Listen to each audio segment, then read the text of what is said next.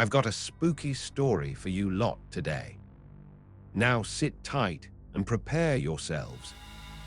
This story is from a young woman by the name of Clara.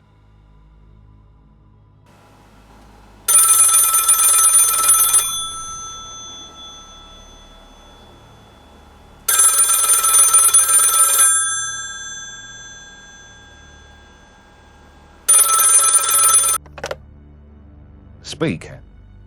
I need to share something that's been haunting me ever since I explored the old Blackthorn Asylum. I've been an urban explorer for years, and I've seen my fair share of creepy places, but this was different. Blackthorn Asylum was abandoned in the 1970s after a series of mysterious deaths. The locals say the staff performed unethical experiments on the patients, and the place has been cursed ever since. Naturally, I had to check it out. I went with two friends, Jake and Sarah. We brought flashlights, cameras, and a healthy dose of skepticism. The building was massive, with crumbling walls and broken windows. The air smelled like mildew and something else, something metallic. We started on the first floor, exploring the old patient rooms. The walls were covered in graffiti, and the floors were littered with debris. But the weirdest part was the silence. No rats, no birds, no wind, just this oppressive quiet that made my skin crawl. We found the stairs to the basement, and that's when things got weird.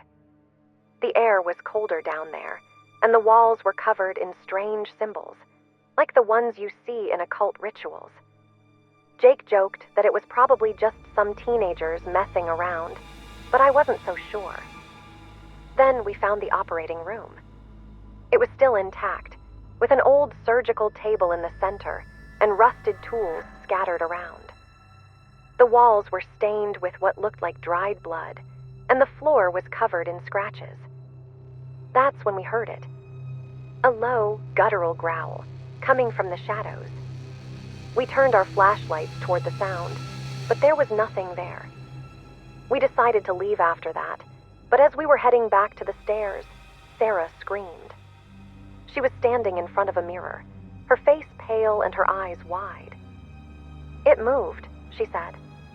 "The reflection, it moved." I looked at the mirror, and that's when I saw it. A figure, standing behind us in the reflection.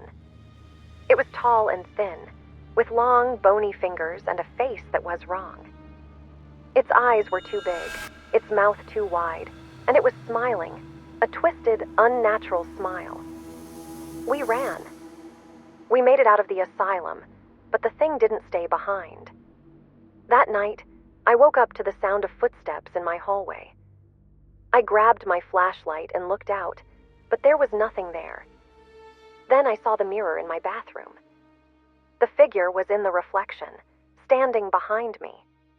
I smashed the mirror, but it didn't help. I see it everywhere now, in windows, in puddles, even in the screen of my phone when it's turned off. Jake and Sarah say they're seeing it too. So, what do you think? Did we disturb something in that asylum, or did it follow us out? Either way, I'm starting to think we never should have gone in there. Well, how was that? Like and subscribe for more scary stories. Don't forget to turn on notifications, share the video and comment how much you liked the story.